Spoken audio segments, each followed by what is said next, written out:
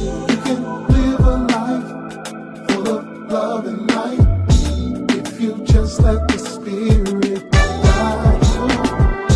It's the remedy where you'll find peace, but you must let the Spirit guide you.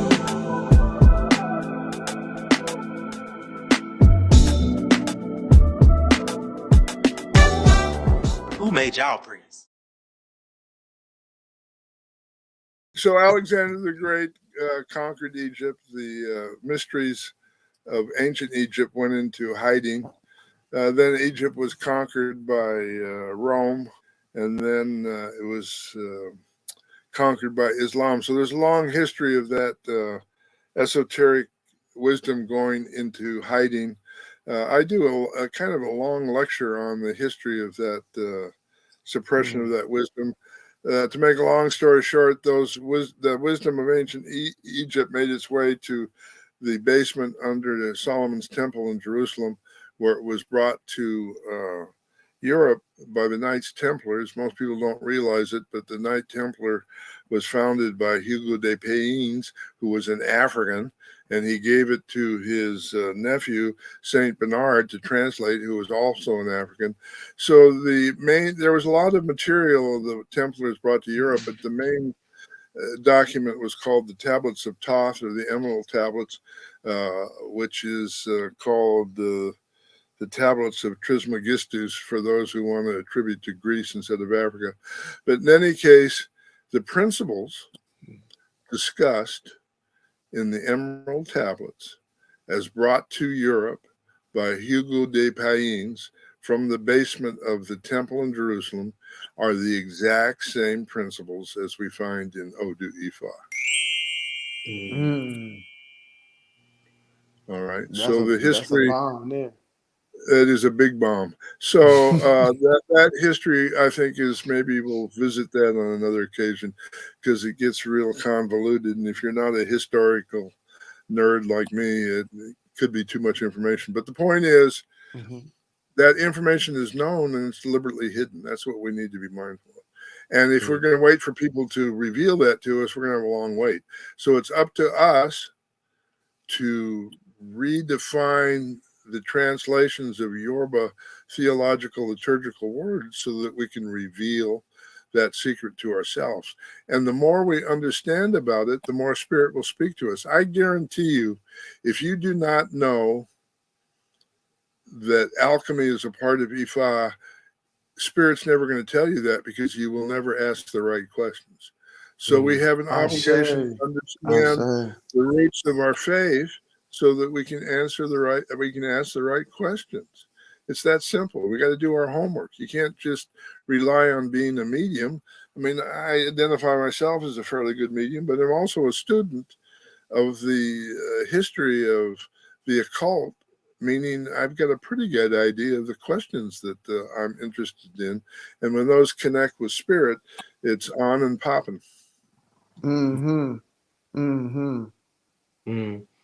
Yeah, so we had a few questions surrounding language. You know, you're talking a lot about language and the things that we need to know as far as the Yoruba language is concerned, or the language of Ifa is concerned. How much information do you think is lost in the way that we practice Ifa here in the diaspora, due to the fact that we don't know and understand, or have a working understanding of the Yoruba language?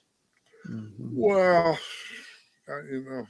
let's just say a lot, okay, a whole lot, and so there's two things in terms of understanding the language. Let me say this: when the Knights Templars brought the Emerald Tablet to Europe, they couldn't translate it because there was no words in English to describe the things that were being discussed in that tablet.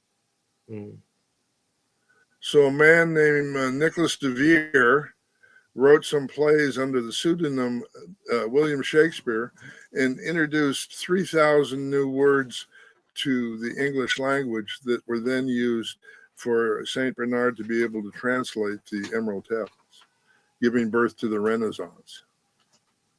You understand? Wow.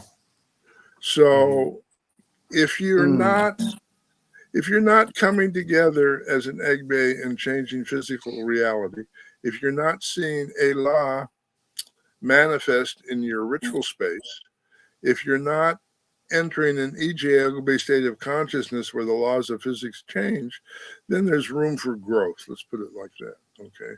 And I'm simply advocate, I'll tell you an experience I had. I've been studying the language and I thought, oh my God, this is amazing. I can't believe it. How come nobody knows this? So I went to a conference at a junior college in Miami, Dade County Junior College. And they did a conference on Ifa there. And there was an African Awo sitting next to me on the panel discussion who was also a electronical engineer, right? And I turned to him and I said, do you realize that Odu Ifa is a Fibonacci curve? He said, oh, yeah, I know. I said, what do you mean, you know? I've been bumping my head against trying to figure that out for 20 years. And you're sitting there telling me, yeah, you know. Yeah, you know. So the point being is, because of the, I would say the humility and also an element of the need for secrecy, let's say, elders are not going to acknowledge that unless you ask the right question. Right. So Baba, I don't want people to like gloss over what you just now said. It's through the translation of the Emerald Tablets, which is ancient technology, ancient information. It gave birth to the Renaissance period. Yes. So you're telling me that if you're a practitioner of Ifa and you're complaining about not being able to get a job, when this information gave birth to the Renaissance period, there's a disconnect somewhere. I would agree. And, I don't want to make light from it. And it's really hard to be hearing this from someone outside the culture. But there's reason to be extremely proud of that heritage, extremely proud. And there's a reason to be extremely optimistic that information can be used for good. I really believe that the survival of the planet is at a crossroads. Absolutely. And I really believe that we won't survive that crossroads until we acknowledge the wisdom of the mothers. And every single person on the planet alive today is a descendant of one East African woman. The science of genetics tells us that. If we can't honor her memory, then we have no chance of survival. So the issue of racism and deliberate distortion of history and the denigration of skin color is threatening our survival. We need to sit down and take a hard look at it. Now, we can only do that with some common ground. I mean, I can't go anywhere and say, okay, we need to get over racism. That goes nowhere. But if we're able to sit down and share with each other, it's like we have the template for doing that from Nelson Mandela, his panel of reconciliation. Wonderful concept. We need to do that around the issue of slavery so that we're not bogged down in the triggering of those issues. White folks like to pretend slavery was a happy time for Africans, and Americans are clearly not buying that. And, never the two sides meet. So we need to be able to have that conversation. That conversation, if anything, is getting worse with the school districts all across the country trying to decide whether or not to teach African history. Are you kidding me? Are you serious? What else you got besides avoiding the truth? So, the last real articulation of that idea, I think, was Martin Luther King's "I've Got a Dream" speech. You understand? I think he was touched by spirit. I think he'd been to the mountain. I think he saw his own death. I think ancestors were telling him to speak the truth. And I don't think he was talking about integration. I think he was talking about the bigger picture of understanding who we are as a global community, where we come from, and what reality looks like. That is a profoundly inspired speech if you listen to it. Some of the speeches by Nelson Mandela are equally as inspired. He spent 26 years in prison because he thought it would be a good idea if everybody in South Africa had the right to vote. Okay. And when he came out of prison, he had no malice, no animosity, no vengeance, no denigration of people. He had one agenda: establish Mm-hmm. an equitable voting system. I don't want to talk about anything else with anyone else. That's the only thing I'm willing to talk about. If we sit down and have that conversation, we can move forward. And I call that the Mandela standard. I mean, it was impeccable, pure Obatala energy. As with Martin Luther King, pure Obatala energy. We can use those leaders as an inspiration. The Black Panthers started out as a noble cause and were taken over by the government and government informants who transformed the Black Panther Party into the Crips. Think about that for a minute. Mm-hmm. You understand? So we're working against insidious forces that are willing to do anything to maintain their power, and that can only be done with a collective spirit of trust. And so we need to move through. For me, any place I go in the IFA community, the issue of multiculturalism comes up because I bring it with me. So, I've experienced the levels of resistance to that. I've experienced the pain it's caused, which really is hard to deal with.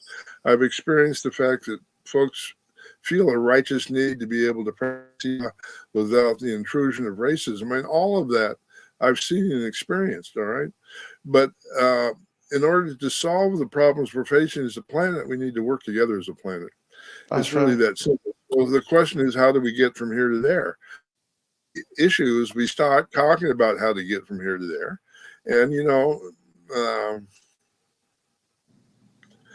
I don't know what else to say about that, except that we need to sit down and have those conversations. And,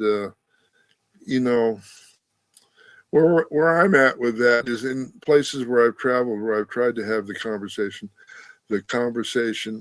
bogs down on the issue of whether or not I have the right to raise the issue.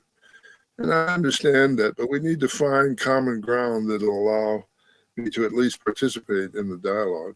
And we're still not quite clear about that in my experience. Right.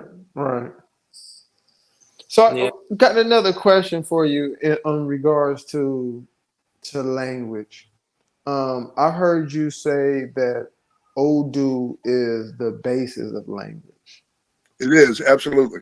It's also the basis of consciousness, and it's the basis of connecting to transcendent consciousness. It's the basis of what I call possession. People say that Ifa priests don't go into possession. Have you ever heard that? People will say that a lot, right? Yes. But if you go to the we were actually got a question about that, but let me I'm going to anticipate the question. The Holy Odu Ogun Sa has the Ariki and Awo into possession with Elah. We wouldn't have that Ariki if going into possession with Elah wasn't something we did. And language is the indicator. All Ariki is call and response. So the call at the end of each of the phrases in that Ariki, the Ariki is what I would call the 200 names of Elah and the 200 names of Arumila. Arumila being the ancestral spirit that brought us the message of Elah, Elah being the lateral beam of light that has the holographic image of creation.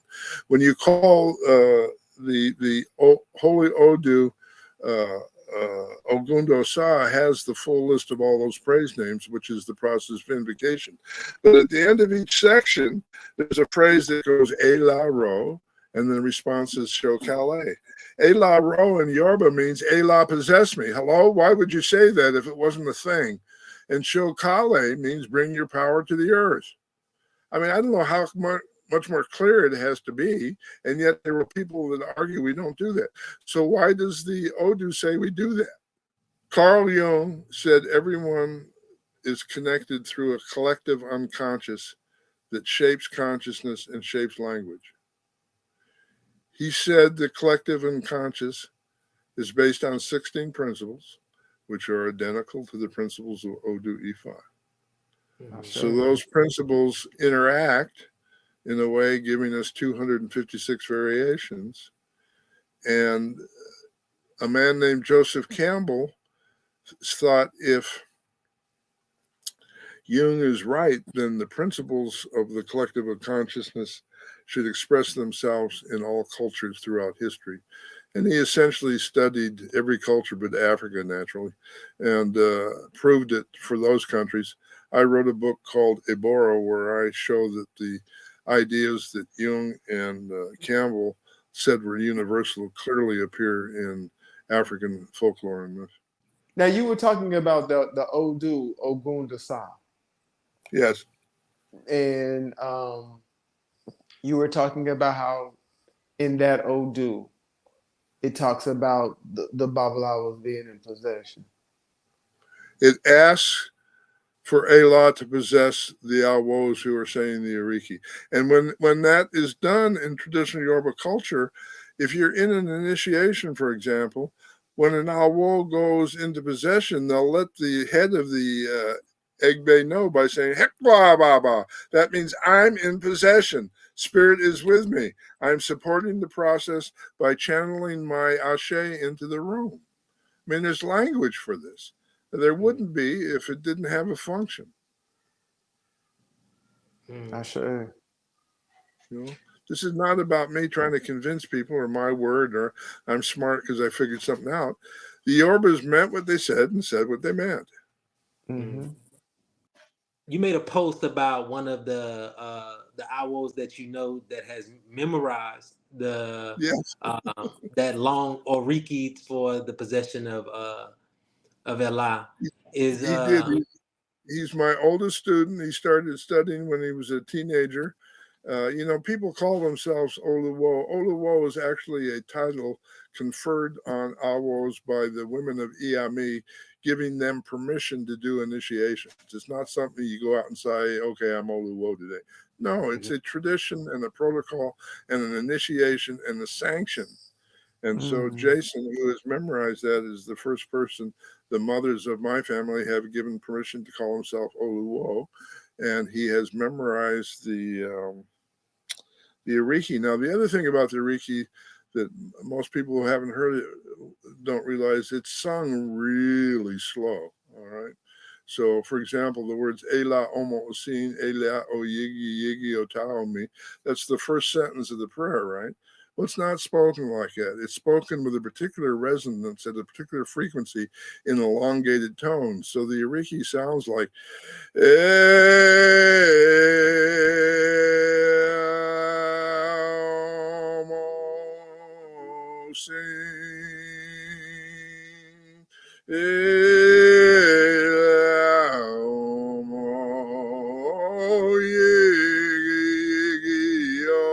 so that goes on for, you know, in Ode Remo, when they do it, it goes on for about 12 hours. I've got a couple hours worth of that down.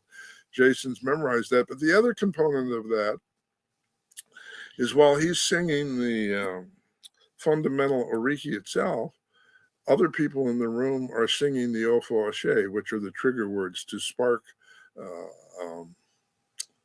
possession. So when he's doing it, there's at least 5 or 6 people singing at the same time, all singing at different parts. So there's a counterpoint to that. And if you can sit through that and stay grounded, then you need to check your pulse because you're not among the living.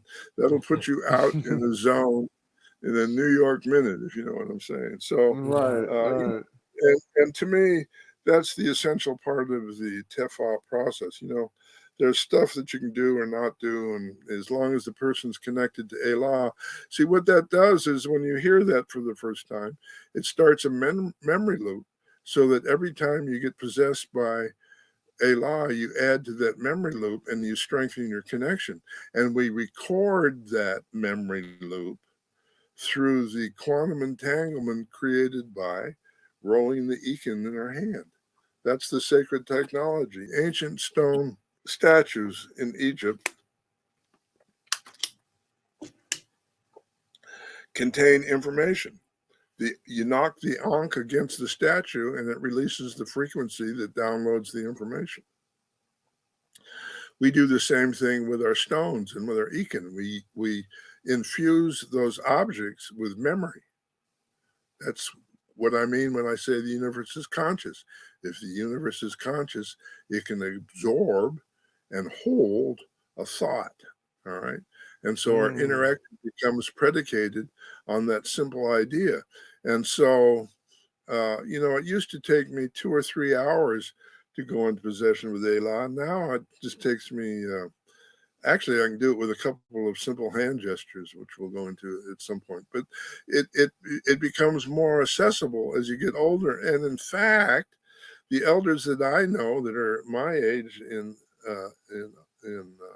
traditional Yoruba culture say that it's the point.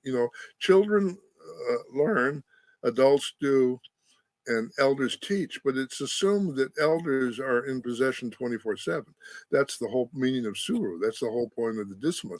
They're connected to spirit all the time, which is why they're given deference, not because they're better or even necessarily wiser, but if they're connected to spirit, they can give you access to information you might need in the moment.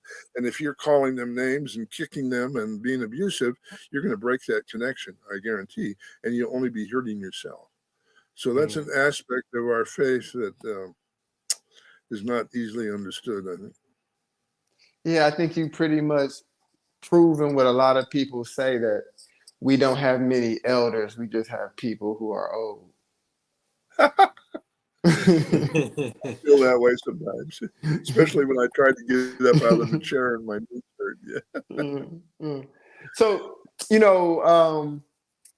you've talked a lot about things that are different between what they do in Africa and how we practice here in the diaspora. And so there's one thing that Oshayun and myself, we always talk about. I mean, we talk about a lot of different things. We challenge things just so we make sure that we have an understanding of what it is. And if we come across things that maybe seem to contradict some of the information, we like to dig into that a little bit. So, we are taught a certain way of looking at Odu as it relates to the positions on the Opam, the cardinal points, and the elements associated with that. So Right. the way that, and it's kind of been, burned and etched into our brains, where when we look at and when we have the Opam in front of us, we sit in the south, and Eshu sits in the north, directly across from us. And then with that, then you have like Ejiogbe in the east, and you have Iwori Meji in the north.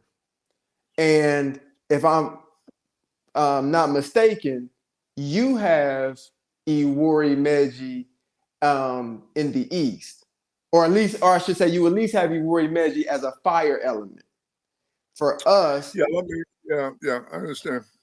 So now, as we're looking through all of this, right, we have Ejiogbe in the east, it's a fire element. We have Iwori in the north, it's air.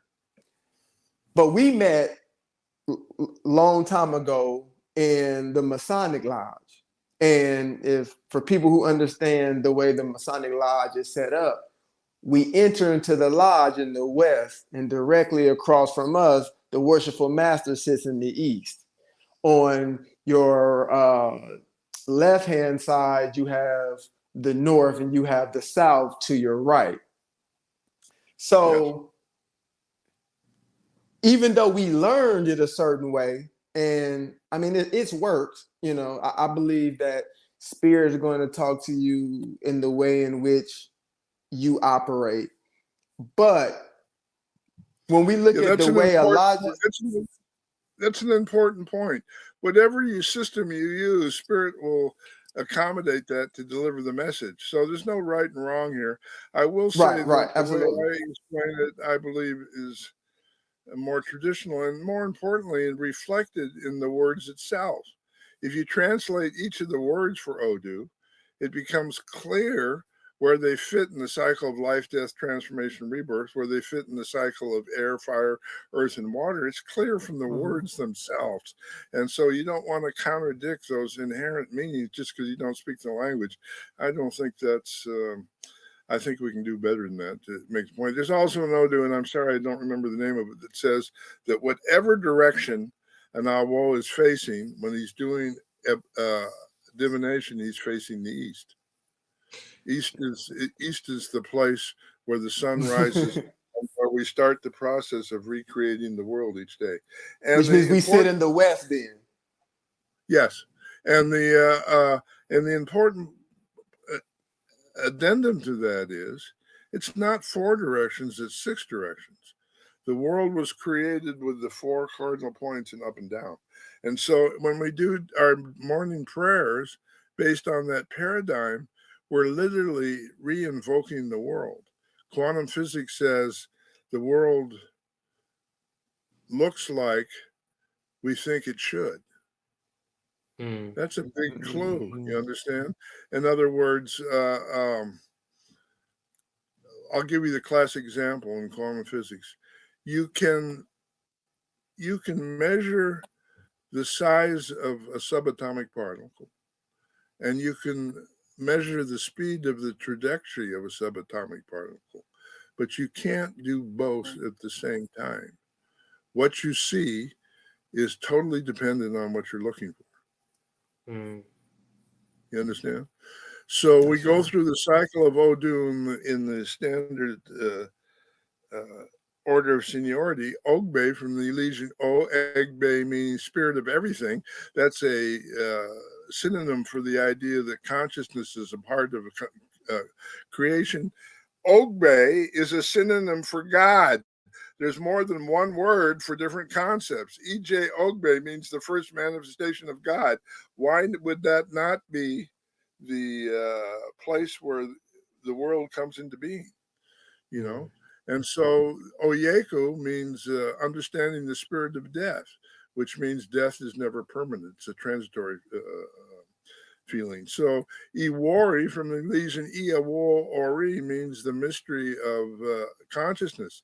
The mystery of consciousness is that it's always in a state of transition. It's either expanding or shrinking. That's a fire element. It's heat. It's hot. They refer to Iwori as a Odu Ina, fire Odu.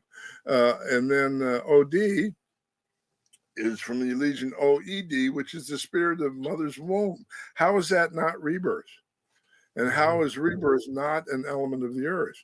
I mean, these are concepts that as you get into the language become self-evident, and I would argue inform how you interpret them and how you engage in ritual practice.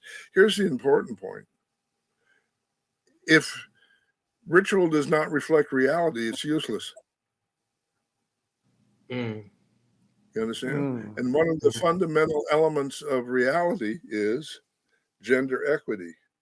If we are not treating men and women equally in our ritual, we're just doing drama. We're not doing magic. And so to examine why we don't do that, you understand? Let me tell you this, the process of going into possession by Elah, I told you what the Reiki is, but there's a mystery behind that. I cannot go into possession with Elah unless Ianifa Fajala B and the women of Iami do certain things to open that portal for me. And if you're in Igbodu in Ode Remo and that portal becomes challenged, the women of Iami are sitting in the bushes around the Igbodu so you can't see them.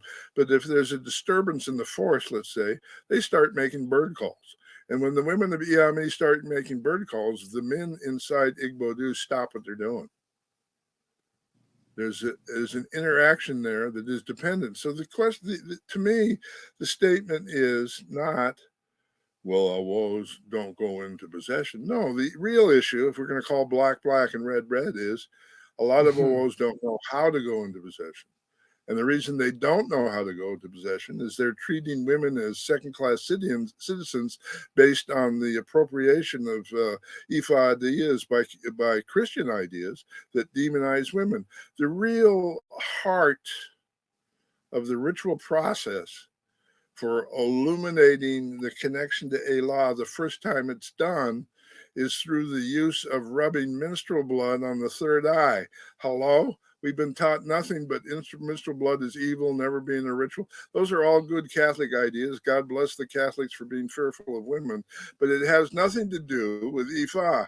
Menstrual blood is rich in serotonin and melatonin. Those two chemicals penetrate the skin by being mixed with crocodile fat and then absorbed by the pineal gland that then secretes the chemicals in the brain that allow for right brain, left brain integration.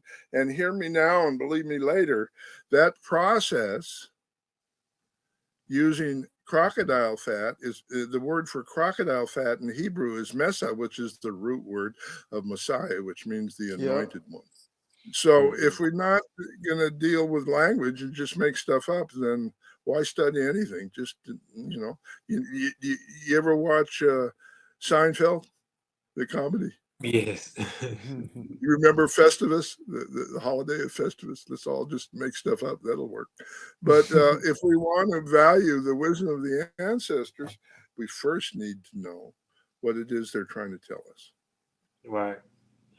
You know, I don't want people to, like Fafori said, gloss over some of the things that you just said. Many of the people that are going to be watching this are from our own lineage, and like Fafori said, the way that we see the Oponi Fa has been ingrained into our skulls. It's been ingrained into our mind, and I want the people to understand that the way that you explain the position doesn't change the position of the Odus.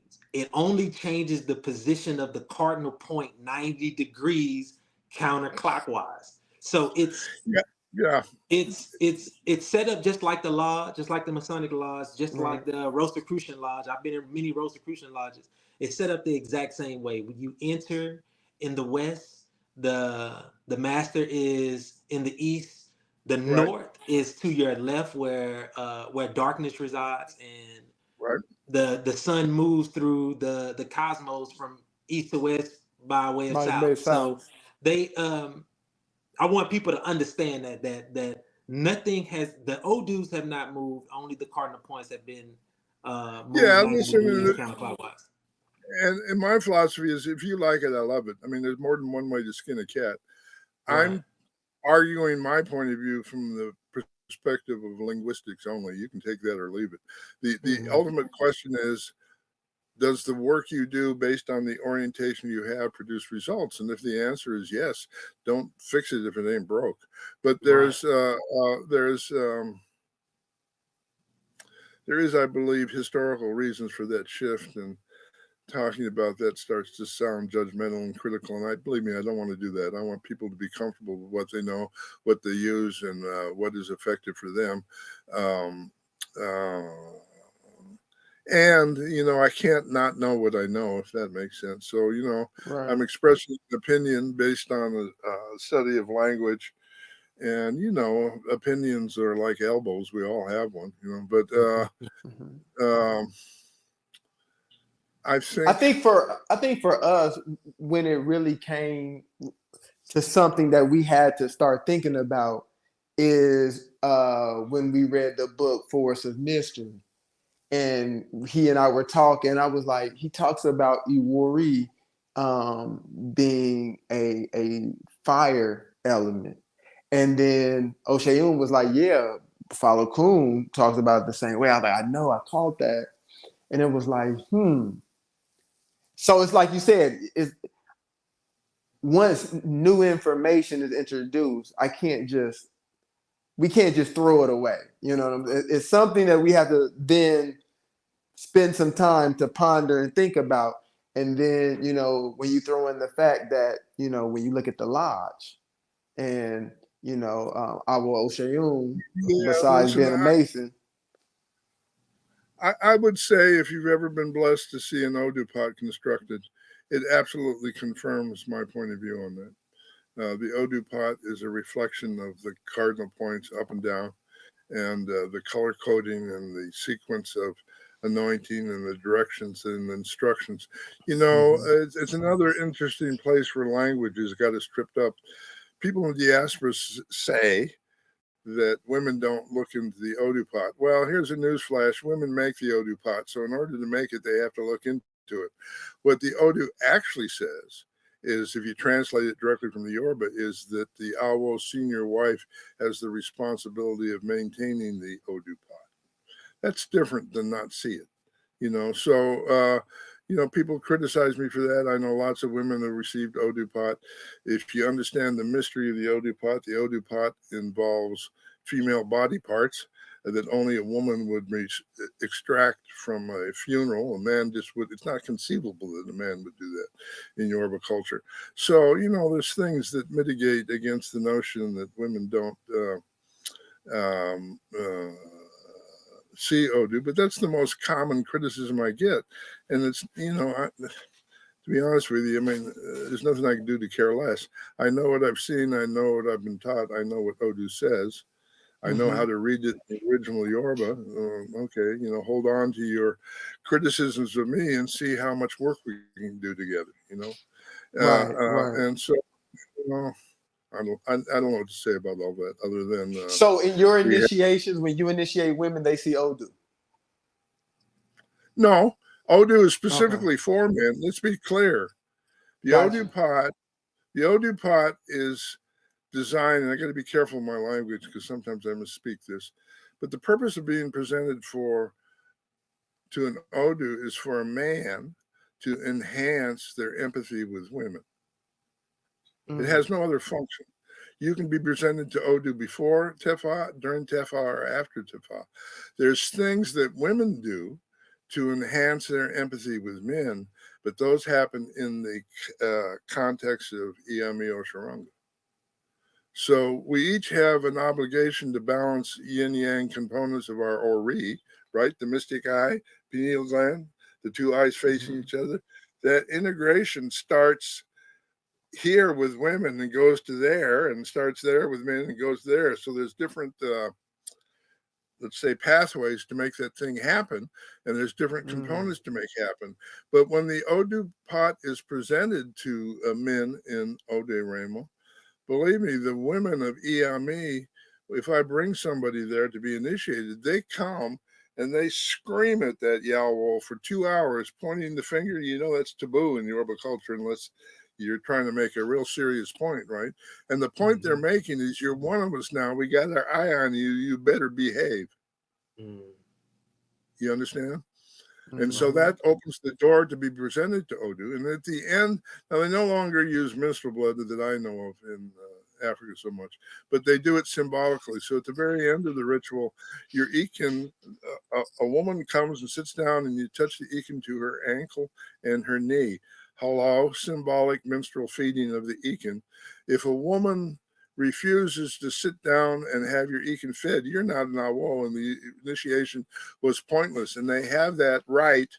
If they don't like the way you behave during initiation, they can say, forget it, go away. You're not a part of this family. They have that veto power, right? Just the way we do in the diaspora, right? Women are always given veto power over what man is able to call himself an awo. Oh, wait a minute. That never happens. So we're lagging a little bit in the whole issue of gender equity. And I think that it's to our detriment, you know. When the women in my family talk to men about being presented the Odu pot, they leave nothing to the imagination in terms of what they expect in terms of proper behavior, you know. Zero tolerance for abuse, violence, denigration, diminishment, or sexism and patriarchy of any kind. The rituals are based on gender equity because that's the way the universe works. If there wasn't gender equity in the universe, all there would be is either pure light or pure darkness, but there would be no manifestation of any interaction. And that interaction is always predicated on finding stasis as a result of powers of expansion and contraction, which we call the powers of expansion, masculine energy, or in the Yoruba language, Ashe. The power of contraction is called Ire, the ability to make form. And so without the dynamic between Ire and Ashe, there is nothing in creation. And Ire and Ashe, if you want to look at it from the point of view of quantum physics, is electromagnetism. So if we don't start to put it in that context, then we don't have a guidebook for how the rituals can function in a way that creates new reality. Ashe. You know, there are going to be people that are gonna say that that there is a story in the Odu Ifa and Ofunmeji that is the basis of why women can't see Odu. That there's a story in Ofunmeji that talks about Orunmila being married to Odu, and Odu telling Orunmila that she does not want his other wives to see her face. How would you respond to those people who say that Yeah, that's women can't exactly see what I Odu and that's just the reason? said. Yeah, it's exactly what I said. Listen, I don't mean to be snarky here, but what I No, no, said you're is fine. the Odu says the senior wife has the responsibility of caring for the Odu pot of the Awo. That's different than a woman can never see it. That's a different statement. There is no statement in that Odu in the original Yoruba that says women can never see the pot. It says the senior wife has the obligation spiritually to take care of the pot. And the reason for that is if you're in a polygamous culture, you don't want a juju war taking place in your husband's Odu pot. So one woman and one woman only has the sanction to do that ritual work to avoid that kind of confusion. Just like the senior wife is in charge of the finances. The husband doesn't distribute the money. The senior wife does. The husband doesn't decide who he can marry. The senior wife does. The senior wife has a position of power and authority within the family. If you look at Yoruba culture, when you're out in the street, Baba's the chief. He's the chief because he's protecting the family. If Baba says, everybody follow me, we're going back home, you don't say, why? I don't want to go. You step up and you follow Baba back to the house. But once you go through the front door, Baba bows to Iya, indicating that now we're in her domain and she's in charge. Oh, sure. Oh, You sure. understand? So to try and extrapolate that Odu into an idea that conforms with misogyny, Catholic denigration of women, and Christian ideals is doing a great disservice to our faith, I believe. Oh, sure.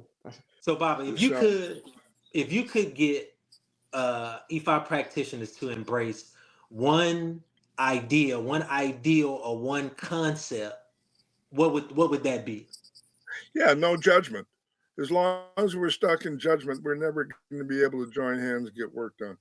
No judgment is the foundation for unconditional love. Unconditional love is the consequence of an altered state of consciousness we call Ije Ogbe, and Ije Ogbe gives us the power to transform reality. As long as we're arguing over who does things correctly, I guarantee our faith we're going to destroy our faith. As long as we stay stuck in that nonsense, we need to move beyond it. We need to let go of that. And it's hard. I mean, try it. Just spend a day and make no judgment. Just think about it. Okay. Don't ever say anything that sounds like a judgment. Do that for a day.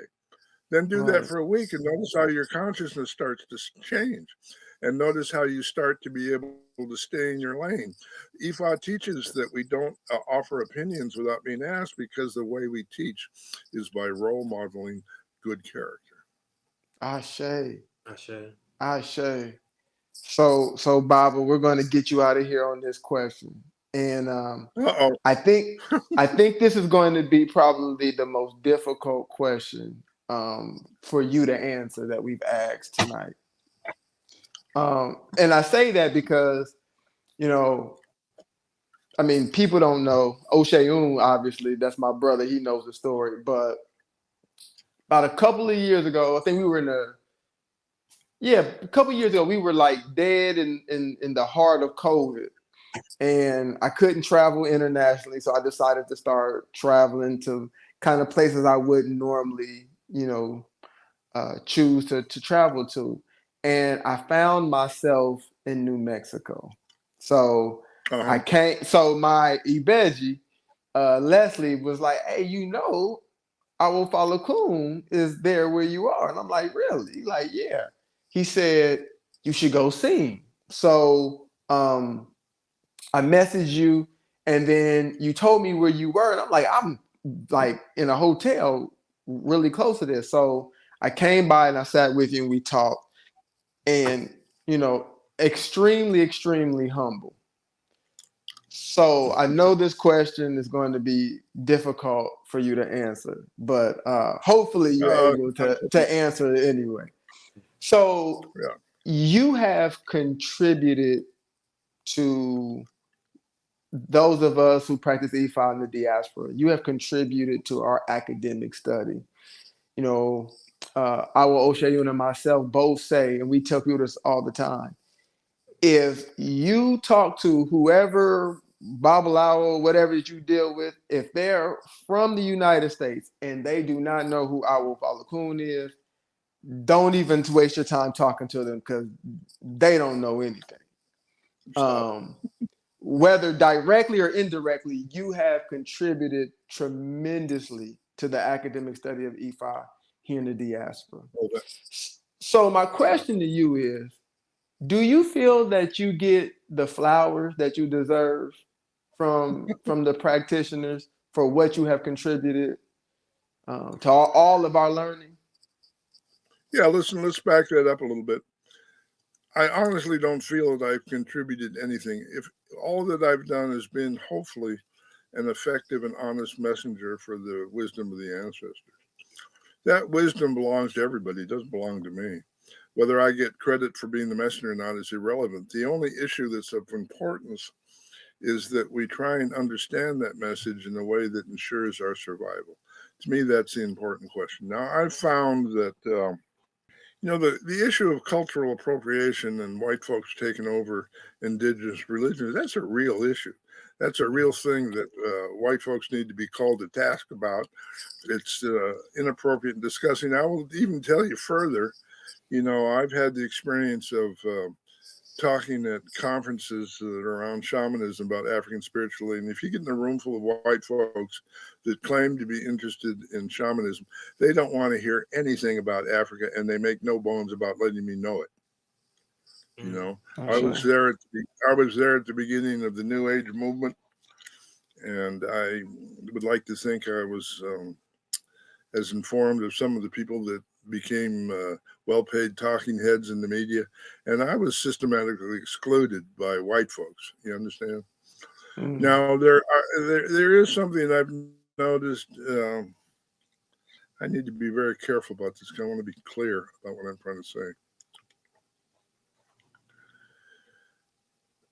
I've been to Africa 6 times. I've been able to spend time living in the community, and I was blessed to have teachers that were able to give me a lot of information that I transformed into books, and that gave me a bit of a reputation, let's see.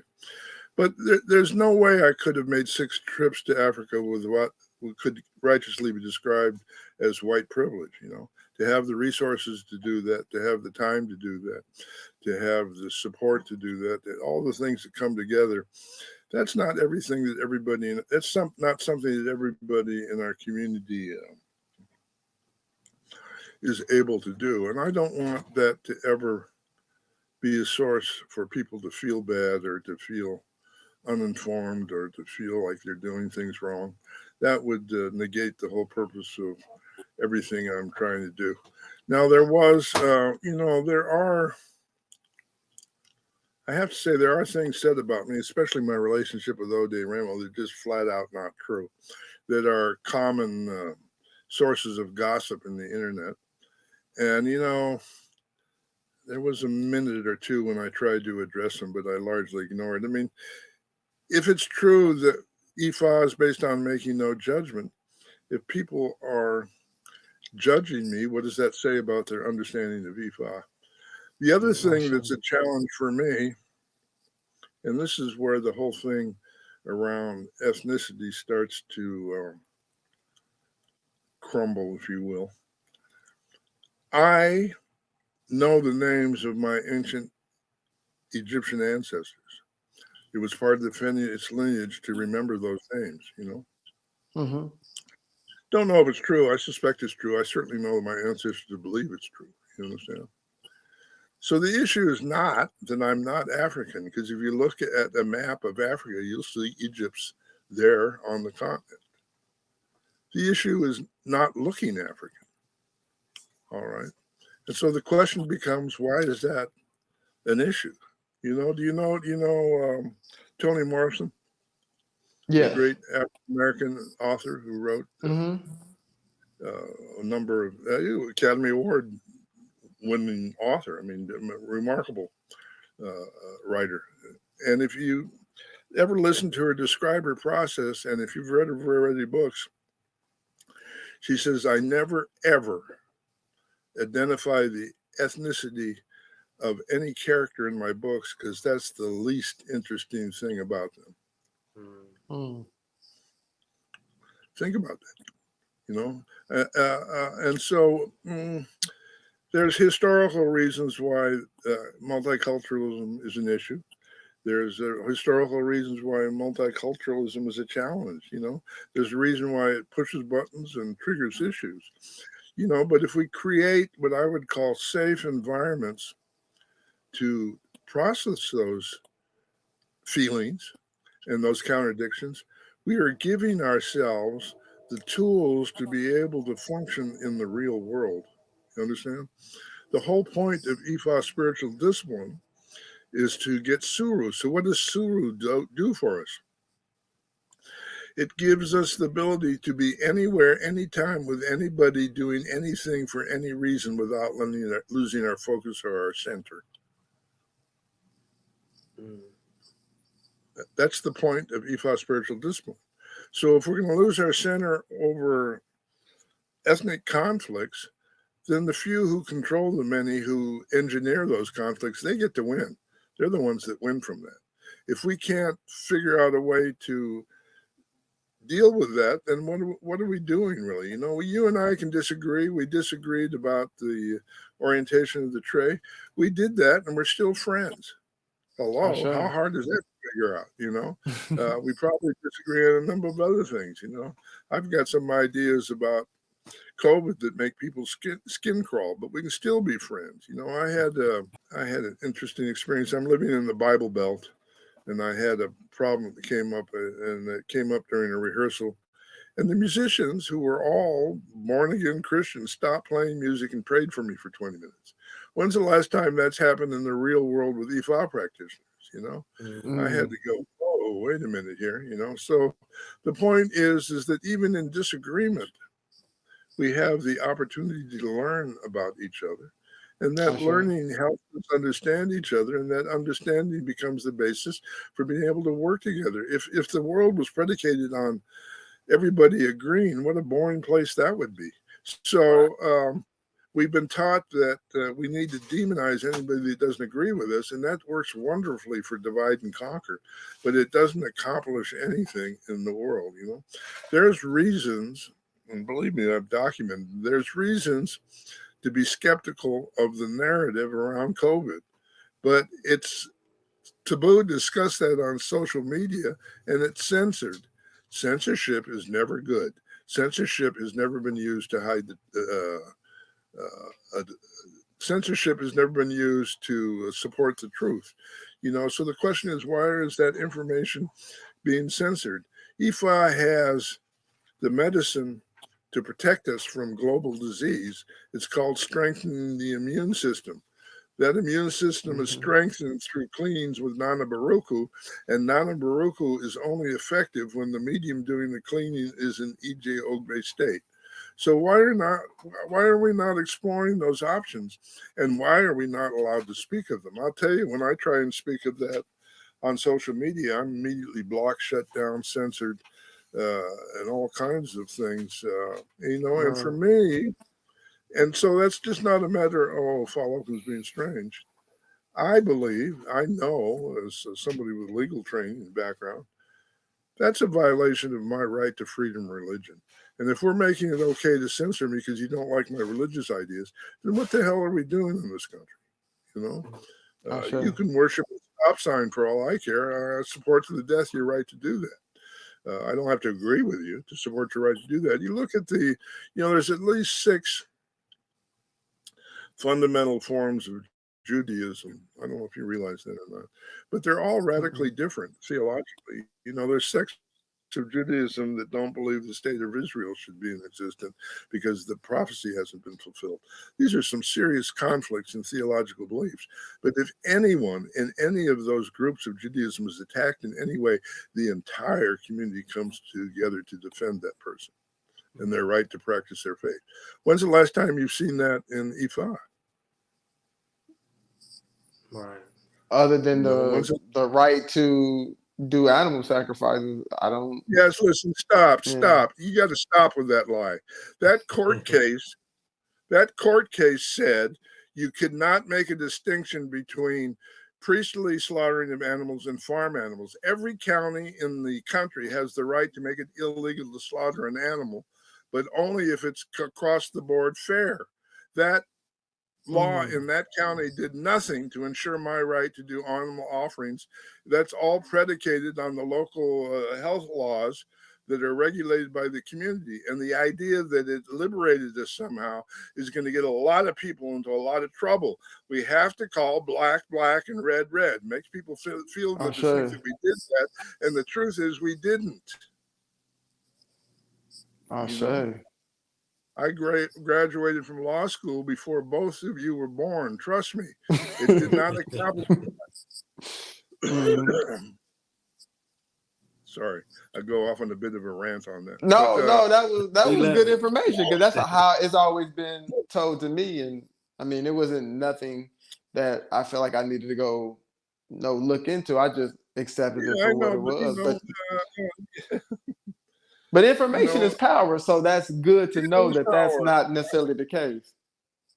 And it's also true that a lot of people say a lot of things and they're still wrong. So and I say wrong not in the sense of judgment, but the issue really is hypocrisy. If the prophet Arumila said that Abo is to expand consciousness, and you say it's to appease an angry God, then your intentions are different than your actions. And that's the fundamental premise of losing the alignment between your head and heart. Once you've lost that, you can't function. Right. So the issue is, what did Arumila teach? What did he say? Do I support that idea? And do I manifest it in my practice of the tradition that I'm attributing to him? If I, there's the classic example of the tension between Africa and the diaspora. A lot of people in the diaspora call themselves Oba.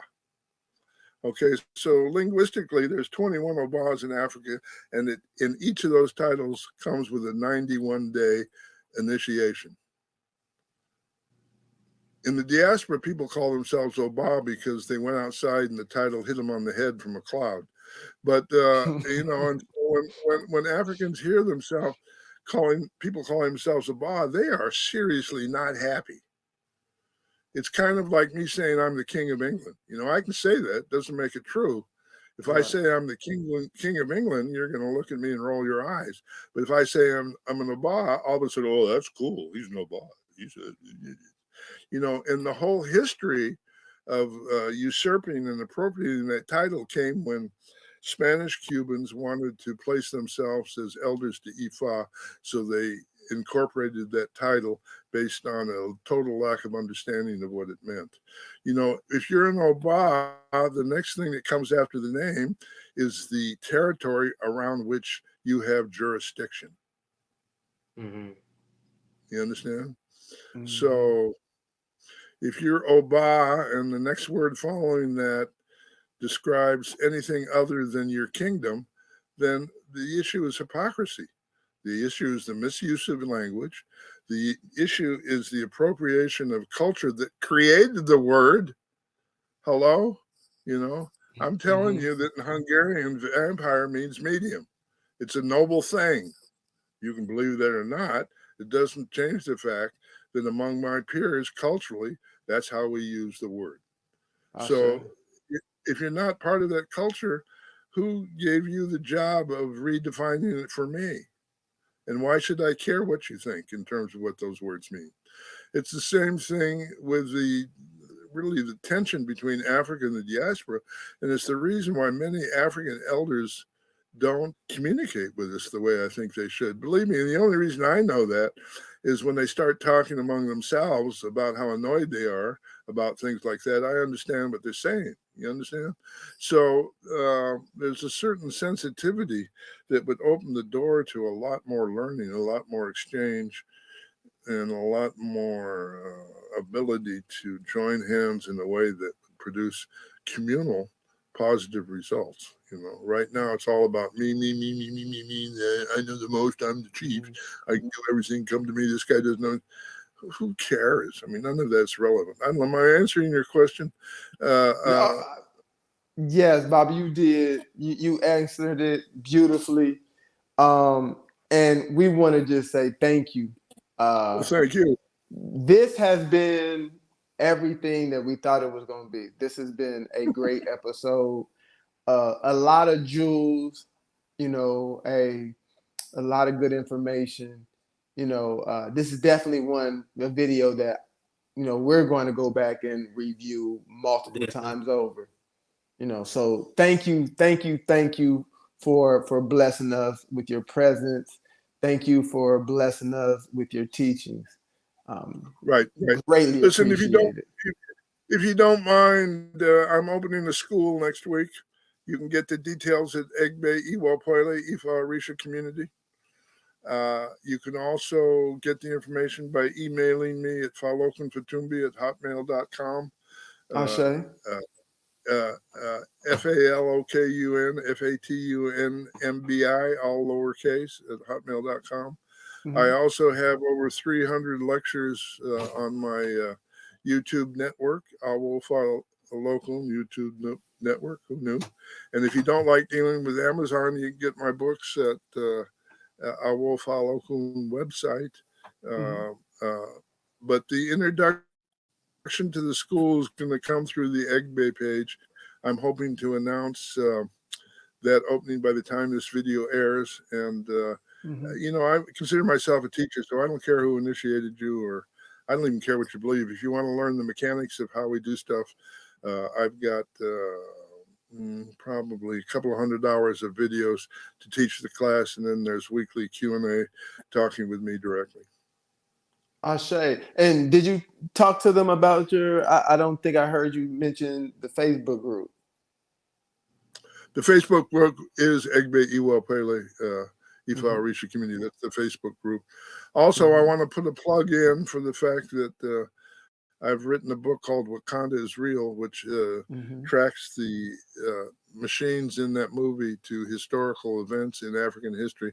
I would like to talk about that sometime if you're up for it. I know that's a stretch. I know it's hard to believe, but once you see it, you can't not see it. What I'm calling iridium in the movie, they call brainium, but it's the same element that serves the same function. It's really beautifully portrayed as a work of fiction deeply rooted in historical reality. Right. I mean, if you guys haven't gotten any of his books, I'm telling you, you're missing the mark. If you really want to understand Ifa and various different elements of Ifa, probably the best source that I've seen when it comes to understanding Ori. I haven't come across another writer who's tackled that. I think Salami may have tackled in one of his books. Yeah, but I mean, you really going into detail. I mean, you'll get Arikis, you'll get sample prayers. The books on the Orishas, if you're trying to, understand and get some insight into the Orishas, he has a book for the Orishas that we follow here on in the diaspora. So I'm telling you, go to the website, go to Amazon, wherever you can find it, get the books, join the Facebook group. We're in the Facebook group. We've been in the Facebook group for forever. It's a ton of information on the Facebook group, ton of great conversations. I've gotten insight into different things. I've gotten, we were looking. It was funny is we were talking about finding a source for information on EIME. We were on your site, got introduced to a book on the subject. So, I mean, great resource. But Baba, again, we greatly appreciate you for this. You are a beacon of light. You are a walking encyclopedia. You are a teacher who has taught the teachers. So we thank you for all your work. I have a little trouble with compliments, but I'm deeply grateful for all those kind words. I'd like to end it with a little bit of a teaser. Can I do a teaser for our next time we get together? Next time we get together, we're going to start with the instruction I got from the elders in Ileife on how to contact ET. Okay. Oh, wow. I'm with that. With that. Definitely. We got to talk to you offline to get a little sneak peek into that. I'm going to leave that right there. I'm going to leave that right there. All right. Well, thank you, family, for tuning in with us. I know you've learned a lot. Hopefully, you look at this multiple times over, take notes, ask questions, present this in your ELA or in your social circle, your friend group, and let's expand upon that information, so we can all reach to that place. Let me thank the two of you for your good work. I'm really impressed. I'm flattered that you asked me. I'll do anything I can to be supportive. Just holler out and we'll figure out a way to move the needle forward here. We need more programs like this. We need more serious students like the both of you. We need more people that are willing to sit down and have the conversation and know, it's just there's a guy named Jimmy Church. I don't know if you know him, but he has a disclaimer for his programs on the paranormal. He said, we're going to sit down as friends where the conversation starts. It starts where it ends and ends, and we're going to leave as friends. So we should always keep that in mind when we sit down to discuss theological and religious ideas, because truth is nobody knows really what's going on. We just do our best to approximate it. So I thank the ancestors, and in closing, Ire Ashe To, Adupai. We'll talk again. Family, thank you. Don't forget to like. Don't forget to subscribe. Don't forget to comment. Let's have a discussion in the comments. We appreciate y'all. We love y'all. Till next time, life is for the living. Live out loud, no purpose. Ashe. Ashe.